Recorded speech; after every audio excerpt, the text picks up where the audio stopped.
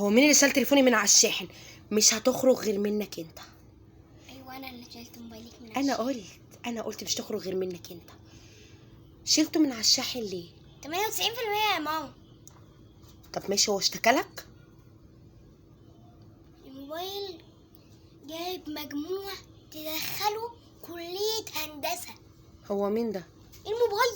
الموبايل هيدخل كلية هندسة؟ اه انا ما عرفتش اعملها، هو يعرف يعملها. هو مين ده؟ الموبايل هو اللي هيدخل كلية هندسة؟ اه. هو التفكير ده لوحدك ولا لا في هنا حاجة؟ مفيش تفكير، ما تقلقيش. ما انا بقول كده برضو. طيب انا الحق اروح البس عبايتي والف طرحتي بس. ما انت نازله تجيب حاجات من السوق؟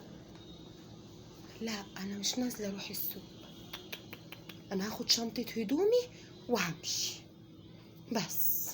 بجد يا ماما؟ بجد يعني هنصيف السنه دي؟ هنصيف لا لا لا لا انت فاهم الحوار غلط. لا لا لا انا همشي بكرامتي قبل ما تطردوني من البيت ده، تمام؟ انا همشي بكرامتي. عارف ليه؟ عشان النهارده شلتوا تليفوني من على الشاحن، بكره هترموني بره باب الشقه. انا هلحق اروح احجز مكان في دار المسنين، اروح اقعد هناك. شكرا يا ابني، شكرا يا حبيبي. عارف يا ريتني ما كنت رضعتك، كنت خدت اللبن ده عملته زبادي. يا ريتني ما كنت رضعتك، ما تمرش فيك. اللبن ده تعملي بيه زبادي ليه؟ ما تشتري زبادي جاهز من المطعم. لا لا لا لا لا لا ما تمرش فيك رضاعتي. كل ده عشان الشحن؟ شلت من على الشاحن ليه؟ انا اشتكيت. الراجل قال لو شحن اكتر من 90% البطاريه. الراجل ده يمشي كلامه في بيته، مش يمشيه في بيتي. ليه يا راجل يمشي عليا؟ انت عايز راجل السنترال يمشي كلامه على اهل بيتي؟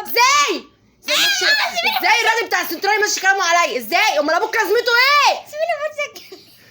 سيبيني فرصه اتكلم. ايه دي؟ ايه؟ اتكلم. انت فتحت سرينك بوليس.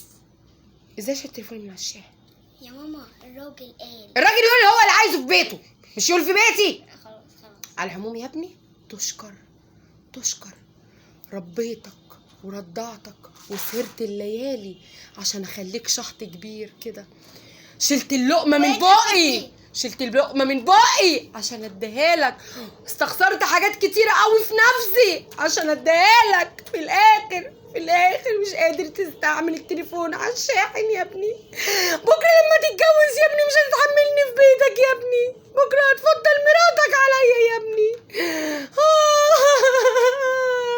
انا هلحق اروح دار المسنين.